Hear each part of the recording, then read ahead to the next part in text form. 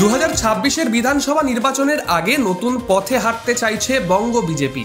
21-এর ভোটে করা ব্যক্তিগত আক্রমণের ভুল আর নয়, এবার ইস্যুভিত্তিক প্রচারেই জোর দিচ্ছে গেরুয়া শিবির।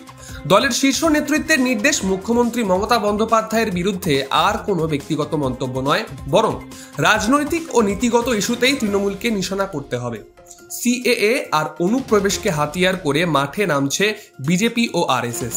জগদ্ধাত্রী পুজোর পর রাজ্যের সীমান্ত জুড়ে হবে প্রায় 700 নাগরিকত্ব শিবির।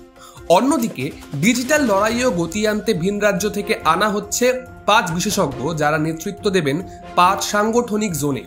দলের সর্বভারতীয় আইটি ইনচার্জ অমিত মালব্য থেকে রাজ্য সভাপতি শ্রমিক ভট্টাচার্য সকলে জোর দিচ্ছেন বুথ স্তর শক্তিশালী করা ও এসআইআর প্রক্রিয়ায় কর্মীদের সক্রিয় ভূমিকার উপর। রাজনৈতিক মহলের মতে 21-এর ধাক্কার পর এবার আরও সতর্ক এবং আরও সাংগঠনিকভাবে মাঠে নামবে বঙ্গ বিজেপি।